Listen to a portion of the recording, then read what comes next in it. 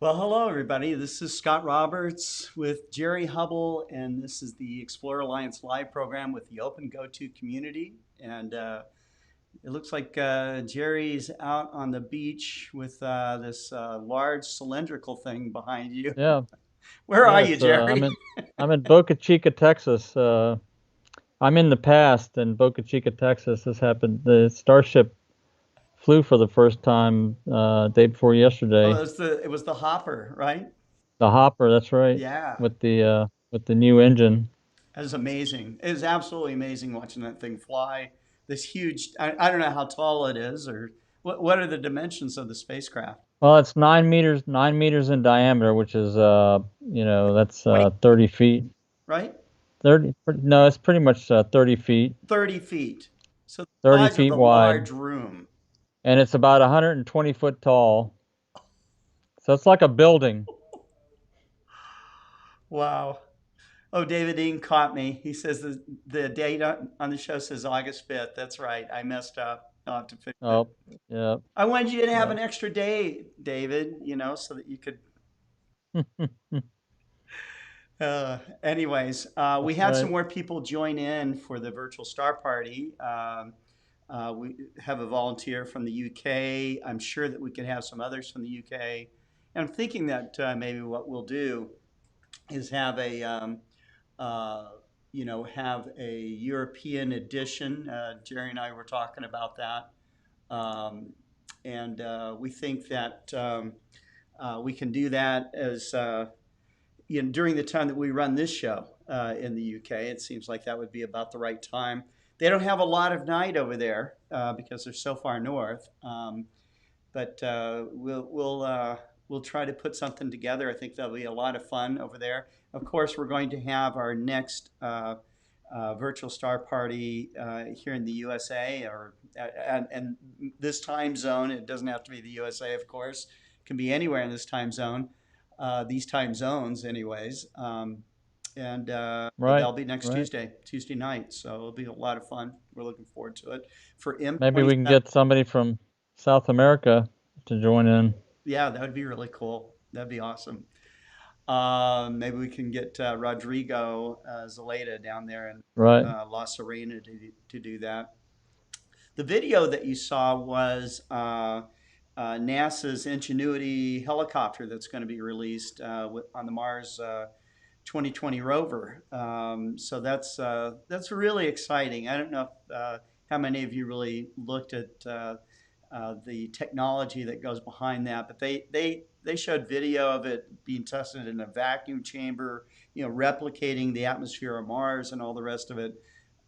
It is just really amazing, and so we are, everybody's excited about that particular uh, drone taking off on the surface of Mars.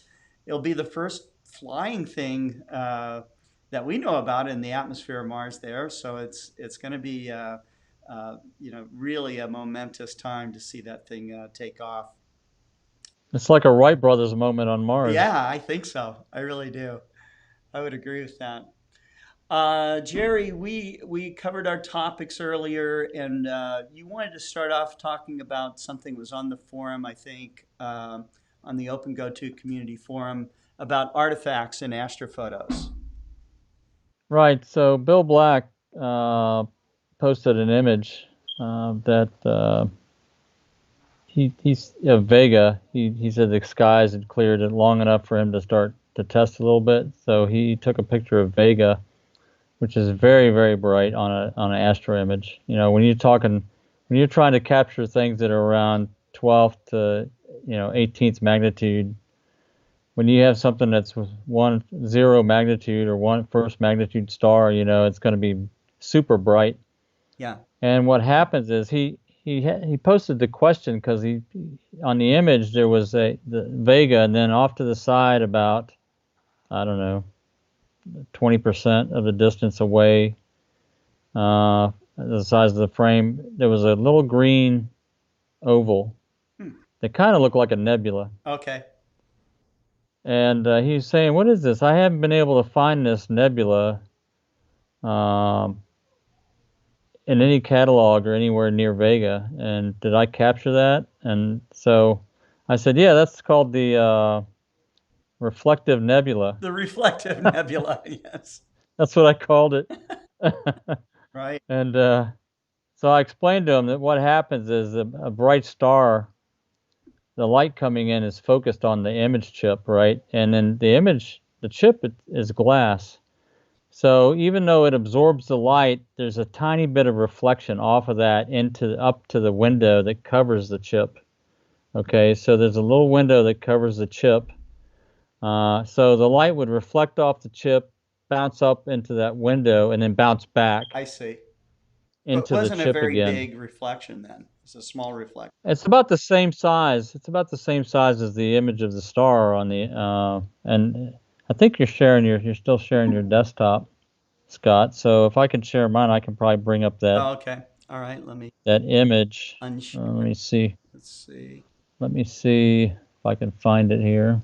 I don't think I am sharing my desktop. No, maybe I just had my screen large. You're sharing it on the Skype, I think, is what I see it. I see your all your different programs on there. At least I did. All that stuff. Mm-hmm. Mm-hmm. The, Let me see if I can find this topic or this. how's that? I'm not looking at it right this second. I'll look at it in a second. So here's the. Oh, that's not it. I'm there. I'm almost there. I should be fine at this point. All right. So there's the picture. I'm going to zoom up on it. I'm going to share my desktop. Okay. Yeah, I just see your face now on Zoom. I mean on Skype. Okay. So I'm going to hit the share screen. Start sharing. All right. So you see that image? Yeah. And Oh, I see. That little tiny reflection. there's a little reflection right Yeah. here. You see it? Sure. And I'm pretty sure that's the reflective nebula. That's what I call it. So Dave Ing says, is that the same as a micro lens issue? A micro lens issue. So I'm not sure, but if I'm correct, the micro lens is on a RGB.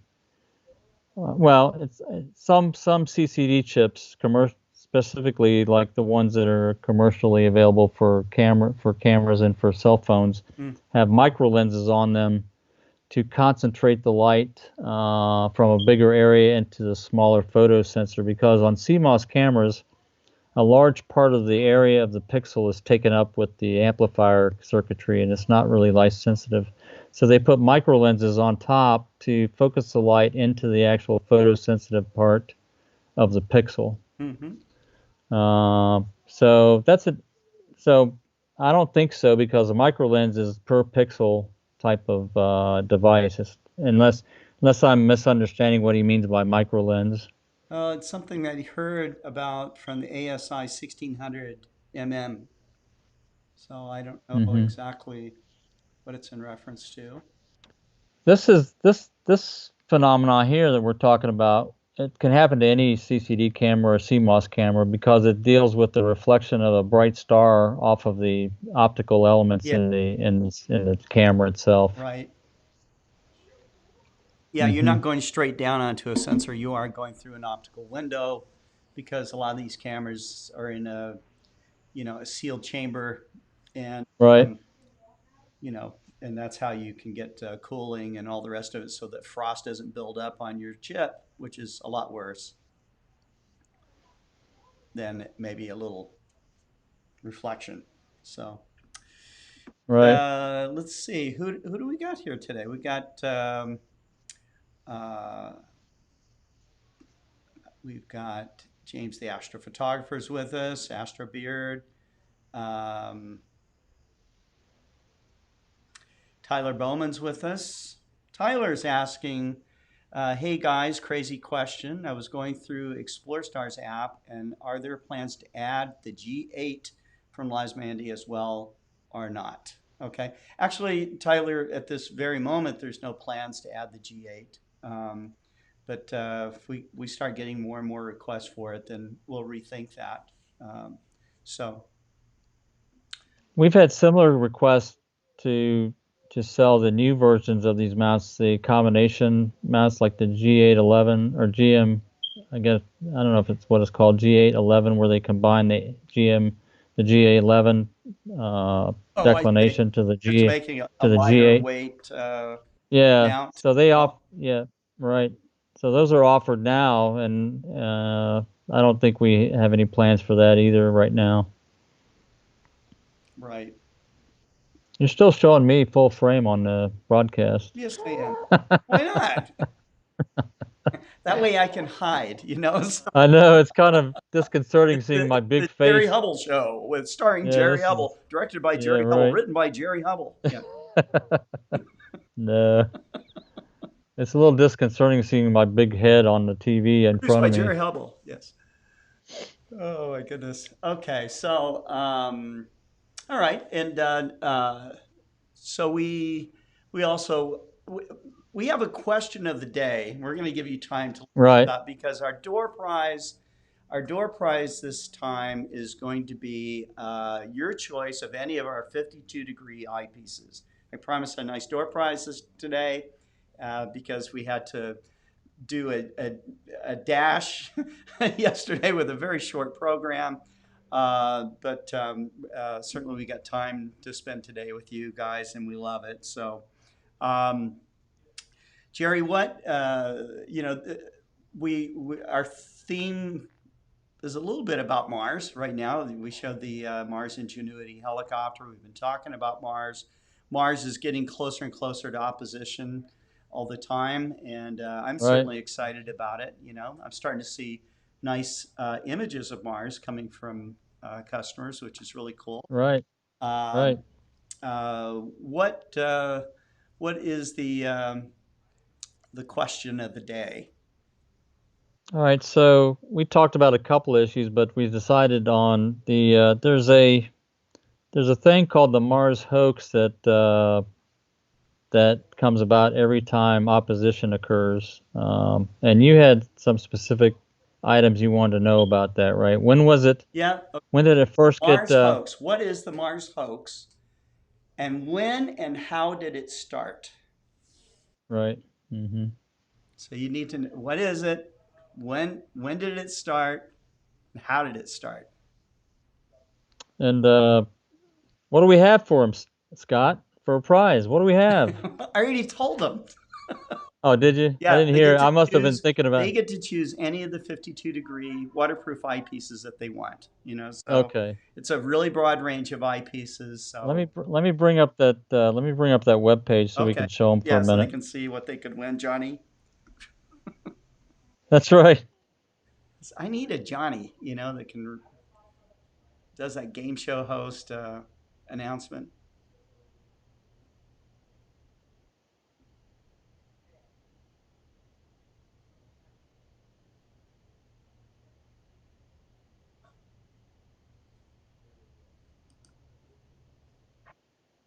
Fascinating.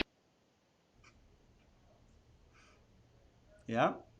So you can see all the different models there, all the way from like a 30 millimeter down to like a 3 millimeter.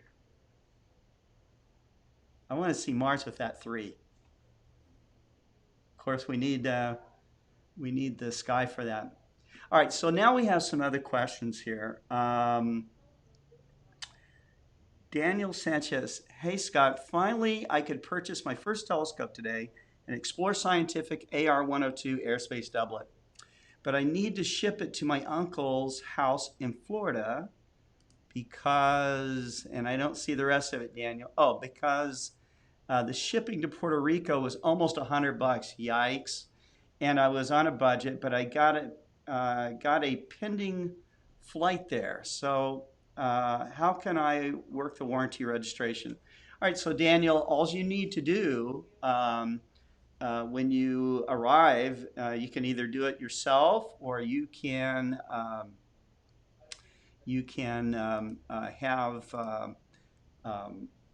your father register it by email or just go on our website. But that's pretty easy to do.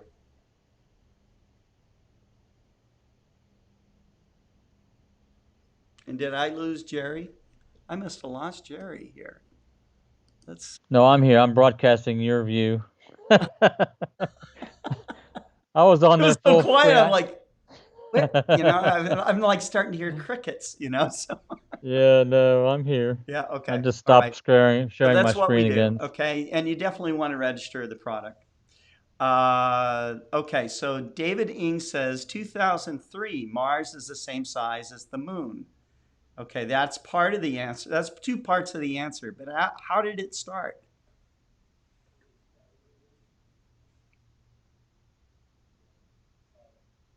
Yeah, that's gonna be Yeah, that might be a little but give me all tougher. three pieces. Oh, Ken says began 2002 that claimed that Mars would look as large as the full moon to the naked eye. That's also partially true, Ken, but that you're missing the third piece. How did it start? Chuck Lewis began in 2003 with an email titled Mars Spectacular. Uh, that's two pieces of it, too. Okay. Somebody's got to put this whole thing together. Okay, James the Astrophotography. Mars hoax originally from an email message in 2003. Sometimes, okay. James the Astrophotographer, you have won. You have won the um, the 52, course. 52 degree. Yeah, I that's right.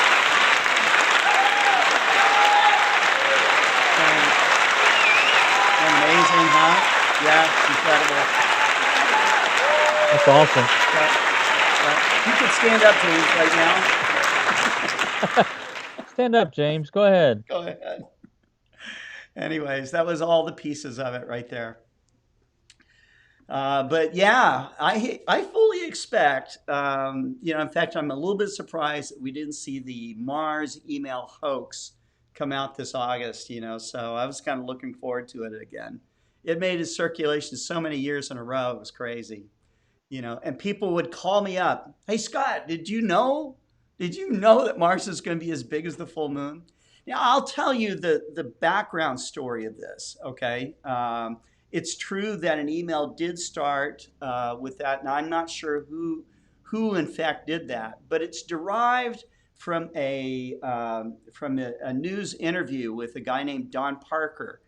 Don Parker and Jeff Beesh and this small group of guys that are amateur astronomers and Mars enthusiasts. Okay, Mars enthusiasts to the point of where NASA would actually consult with them because they would keep tabs on the weather on Mars. So they would do a weather check with these guys sometimes before they would send up probes to Mars. But I remember Don Parker calling me up one day at Meet Instruments. He was so excited. He said, Scott, this next opposition to Mars is going to be truly spectacular. Jeff Beesh had put the orbital data into a supercomputer, and it crunched and crunched and crunched and crunched, and finally spit out the answer that this was the closest approach in 60,000 years. And so that was an Mm. amazing time. When Don was being interviewed on the news about it, they're asking, well, how big is it going to get? And he said, well, he said Mars will appear as big as the full moon does to the naked eye at 100 magnification through a telescope eyepiece. And what got heard was is Mars is going to be as big as the full moon. Okay, so there you go. That's the genesis of the Mars hoax right there.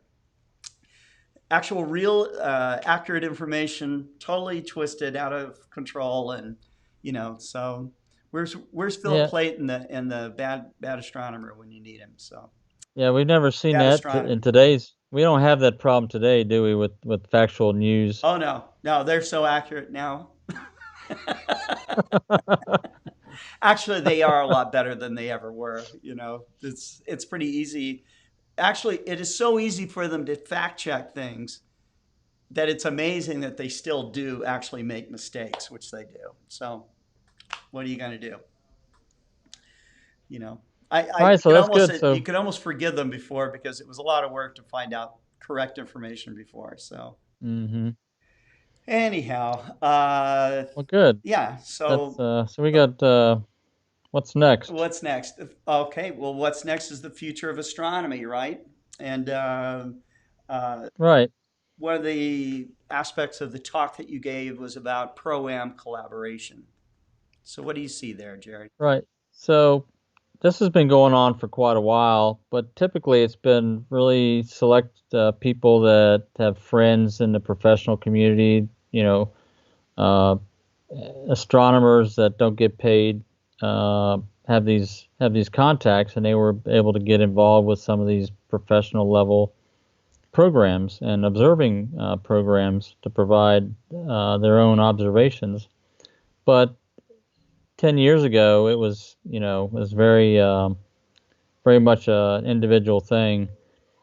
There are some amateur group societies that take data from amateurs and share it with professionals, such as the AAVSO, the American Association of Variable Star Observers. There's the ALPO, which is the Association of Lunar and Planetary uh, Observers, which I'm a staff member of, and in the Oh, lunar that? section. I had no idea. Yeah, I'm a Staff member. yeah, I'm in the lunar section. And Jerry leads a secret life. He has many things that he's involved in. Yeah, I actually write an article every other month in the monthly newsletter called the Focus On series, Oh, nice. and so I contribute my observations with that. But those are the kind of things, and then there's a couple other Mars societies and things like that where you can in planetary observations you can contribute. The British Astronomical Association is another one that takes observations and they're shared with professionals.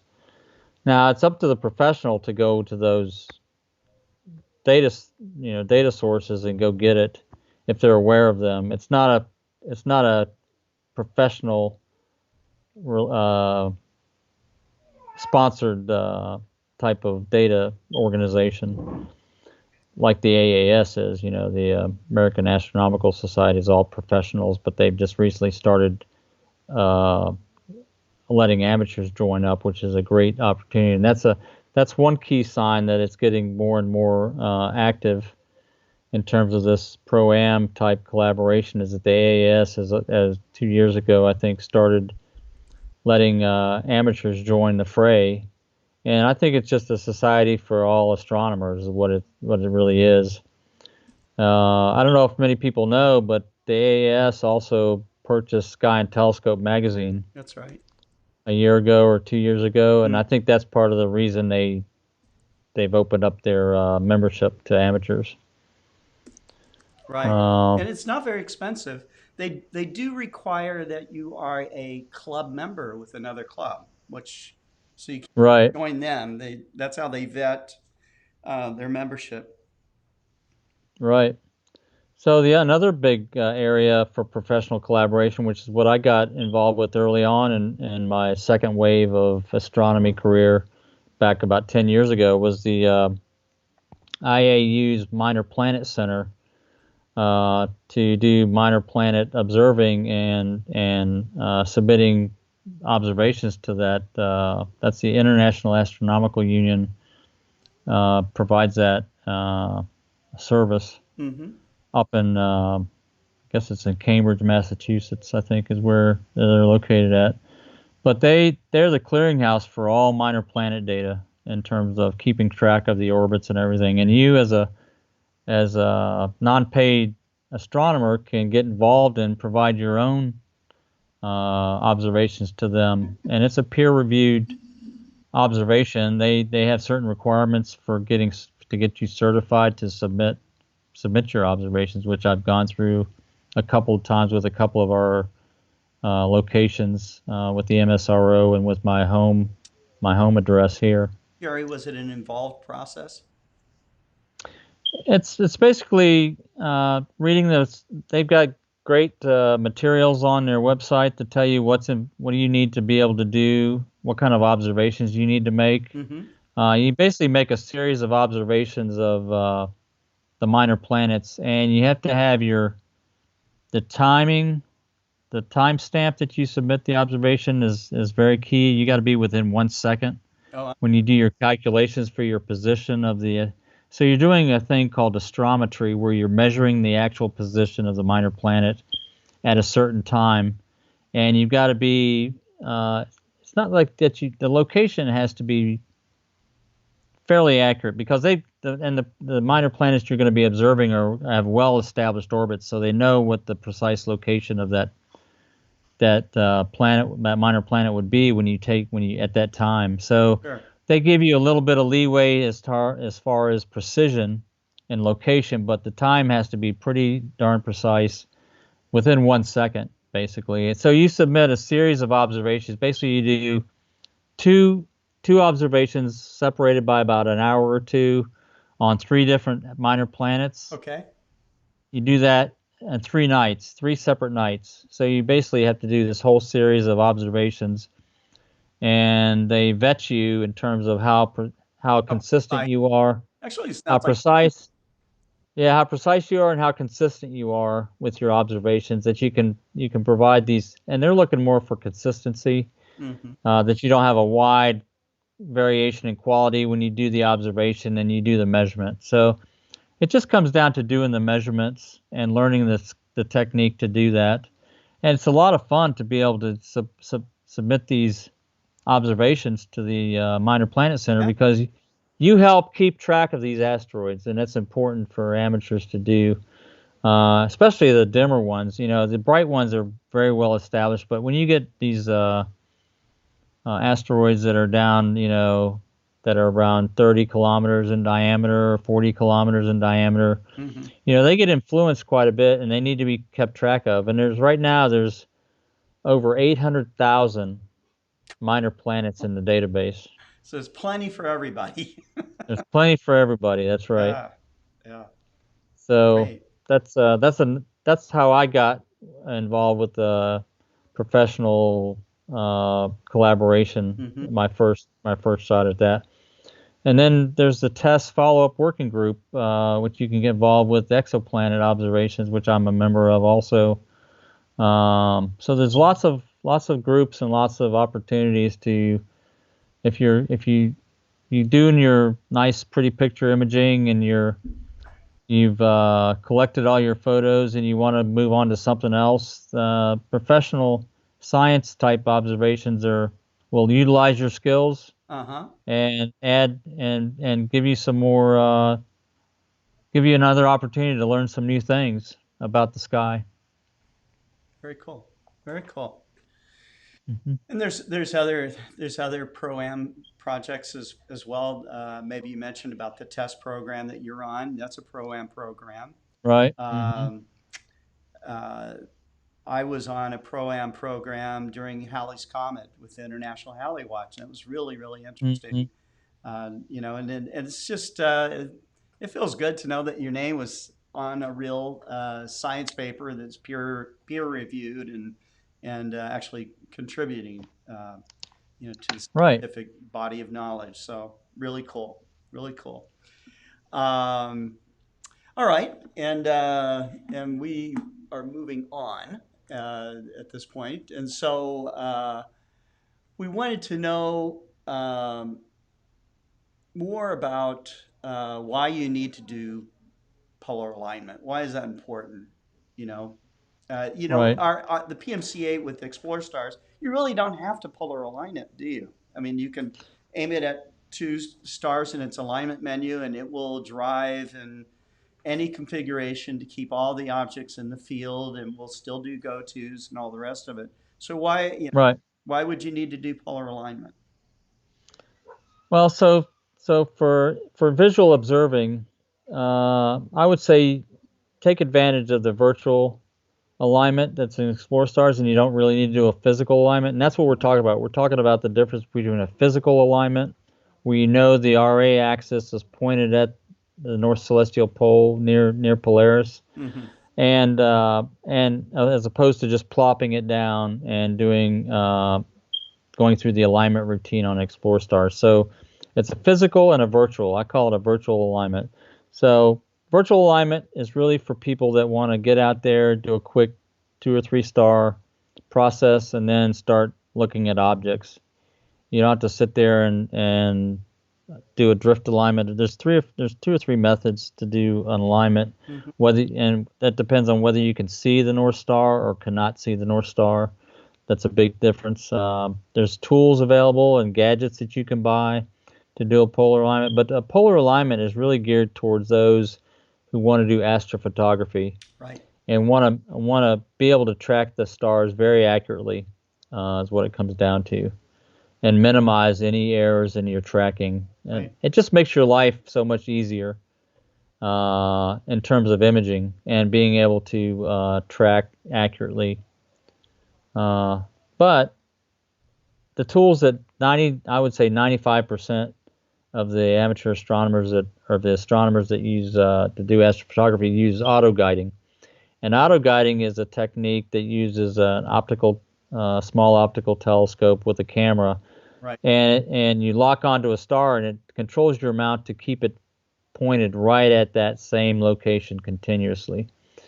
So I would say at least 95% of the astronomers probably use that technique.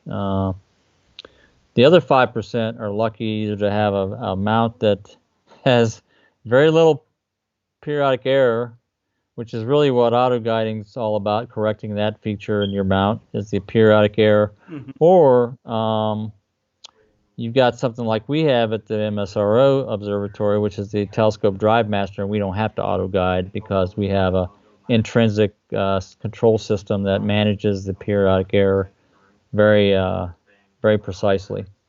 That would seem Uh, logical. Yes. Spock so for just a yeah, yeah. nanosecond there, So, Well, uh, yeah, right. that's cool. Yeah, he loved The astronomy too. He actually, Leonard Nimoy and lots of movie stars have had telescopes, but Leonard Nimoy loved his Celestron. I think he had a C-14, So Oh, did he really? yeah. That's a big one. Oh yeah, yeah, Hmm. really cool. He did a couple of ads for Celestron too, way back in the Oh, okay. yeah, Yeah. right. Hmm. So So for astrophotography, the polar alignment really saves you time and effort as your session is going on. It's the system while you're doing your photography. You have to manage all your systems, and anything you can do to make your system disappear. That's something that we talk about a lot, Scott, is making our system disappear where you can concentrate on the actual right, image. yeah, You don't have to worry about your equipment operating and working correctly. that's right. You don't have to manage it. So this is another tool that you can use to really You buy equipment better manage going it. to be sturdy enough to for you to learn it well enough so it becomes second nature to you, and you're not thinking about the gear anymore, but you're thinking about what you're doing, and Right, that's right. that's And the data that you're getting. yeah, That's really what the key. That's the reason you're observing is for the data. that's right, and the experience of observing, That's right. Right. right? So, although I have to say, we, we do have quite a few people, and especially younger people, that get into it because of the gear, because they like the technology True. and they like messing with the technology. I do too. I do too. Yeah. But once I'm kind of burned through that, Hmm. then I like, I just like knowing how that stuff works. It's like when I'm riding my bicycle. I don't want to think about every tiny little technical thing that's going on my Right. bicycle. You want to see Otherwise, if your I'd probably performance of your crash, right? gear. So Right. You have to calculate what gear I should be in for this speed to get the exactly, maximum yeah. And in that performance. calculation, I've Yeah. already crashed into a tree or something. So right. So Yeah. yeah, Right. you want the bicycle to disappear, right? You want to just be Hmm. riding, and an That's right. astronomer wants to be observing or imaging, so that's the deal. Um, Gary So, Palmer has made he made a comment here.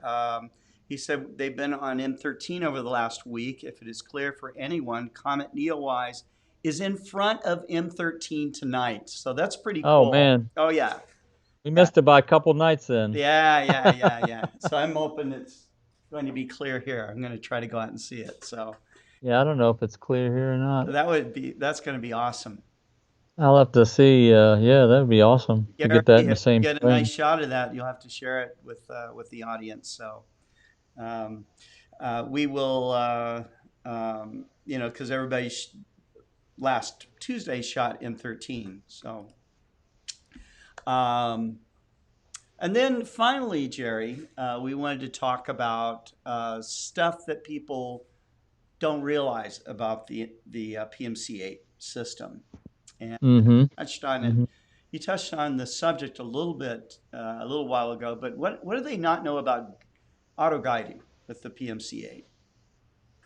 Right. So typically, the camera system you have um, has a port called an ST4 auto guiding port, and it's named the ST4 because Santa Barbara Instruments Group invented this configuration to, and the ST4 guiding system they first came out with used a way to inject inputs into the mount like a standard up, north, south, east, Yeah, west hand paddle. open, closed. Open close contacts Yeah, that drive the mount. That's the way mounts were configured with a simple switch box to be able to guide. right. And so they just implemented that on a computer system, and they called it the ST4 port. Oh yeah, Uh, yeah, and it's just a simple connection with the four leads, four wires coming out with the contact closures from the camera into the mount. And that's typically how everybody gets started connecting up their camera to the mount to do auto guiding. But a lot of beginners don't understand that if they're using ASCOM also to control their mount, okay. they don't realize that ASCOM has a feature called pulse guiding that's another way to do auto guiding that bypasses the use of the cable, which frees up a cable. Cables snag and stuff. You want to do away with as many cables as you can. So now the same communications cable, the USB cable that you're communicating between the computer and the mount for the ASCOM information, can be used to control the mount also during guiding. So So that's a lot of amateurs, a lot of beginners don't understand that, or they don't realize it. They're not aware of it. so exactly So how that's a does little pulse feature. guiding work? I mean, I can understand how the open closed contacts work. What's happening during pulse guiding? So let's start with the standard ST4 cable. So let's say we're using PhD2 auto guiding software and it's connected to your camera. Okay. And the interface to the ST4 port on your mount is through the camera. So what PhD2 would do is say, I want to pulse the north, I want to pulse east.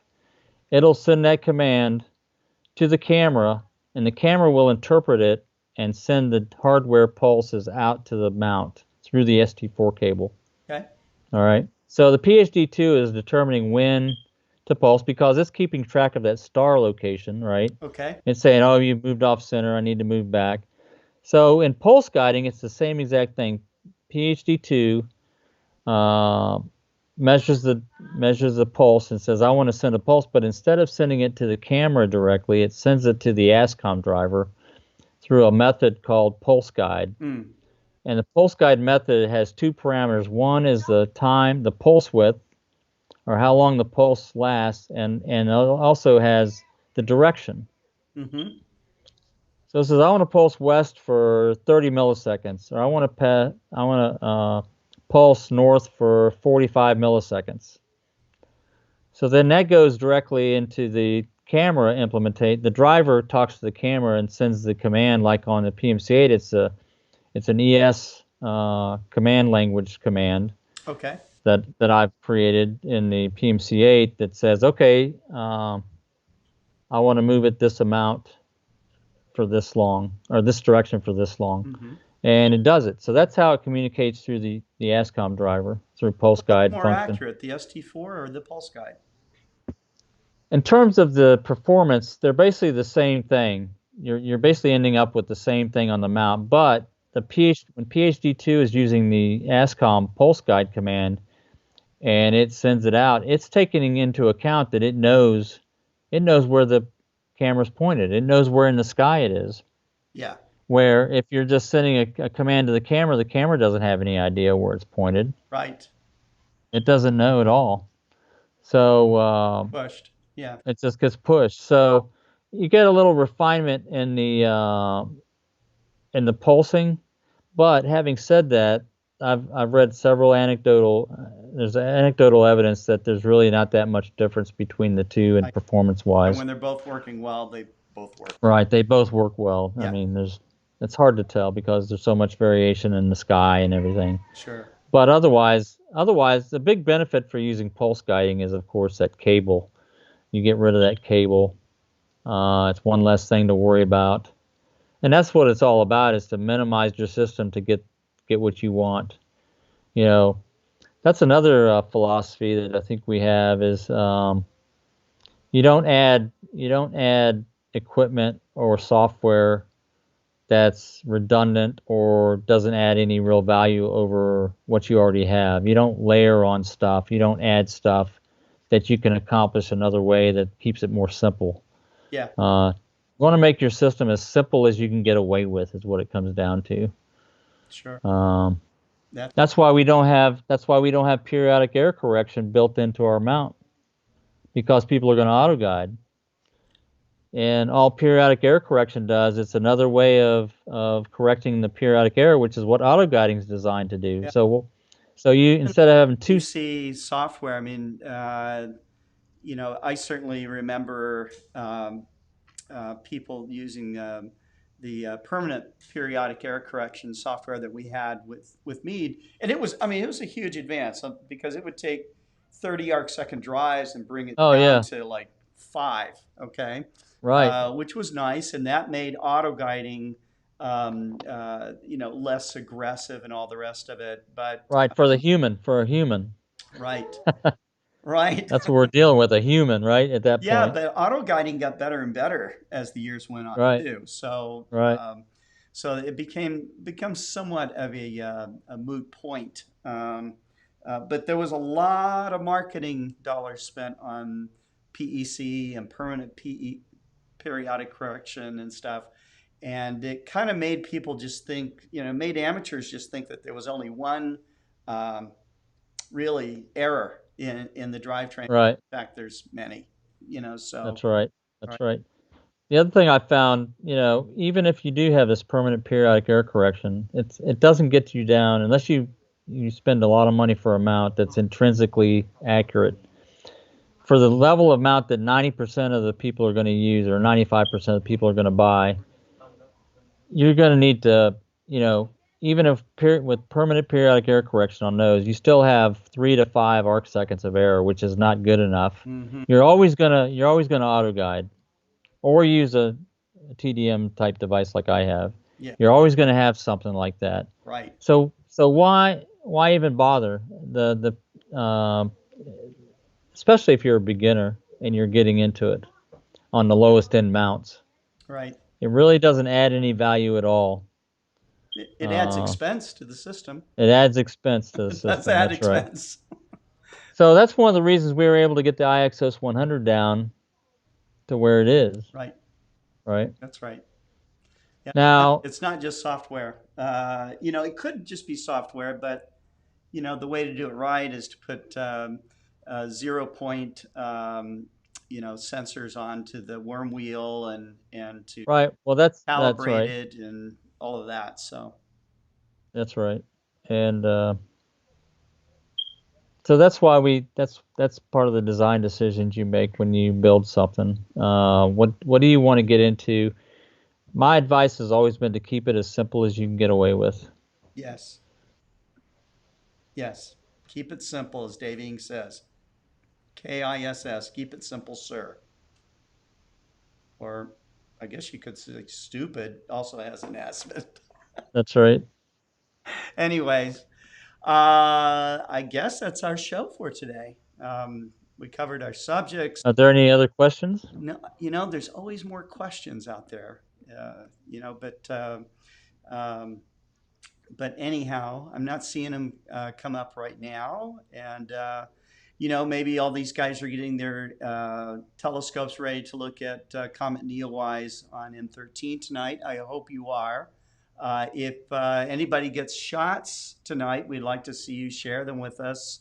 Um, if you'd like to come on to the show and talk about your image, that would be great as well. And That's going to be an interesting. The nice thing about that is that M13 is a very bright object, which means you can take a short exposure and see it quite well with the comet because the comet's going to be moving.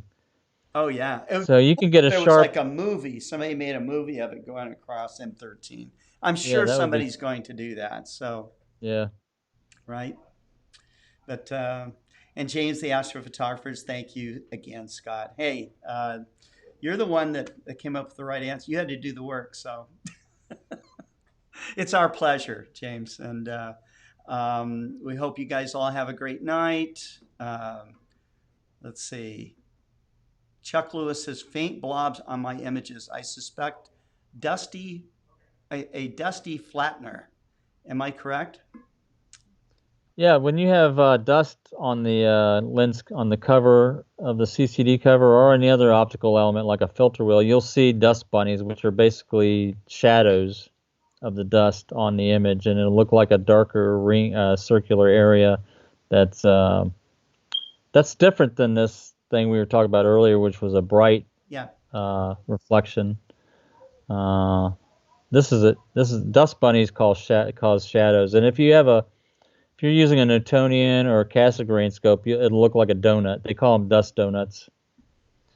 But on a refractor, it just looks like a circle, a circular area. Yep. That's right. Well, you guys keep looking up. Let's see if Spock has anything. Live long and prosper. Yes. Okay. All right, guys. We will see you guys I don't know if I can tomorrow see. at 4 o'clock. Yeah. Can you do that? Yeah, Like I'm almost. this, and then like that, and like that. Yeah, Yep. I gotta And spread my fingers. that's right. The guy. It's like the people who can curl their tongue and touch their nose and bend over backwards and touch their toes. So, anyways, you guys have a good night. Thank you very much, and get that image of Comet Neowise on M13. Take care. Bye bye. Thanks.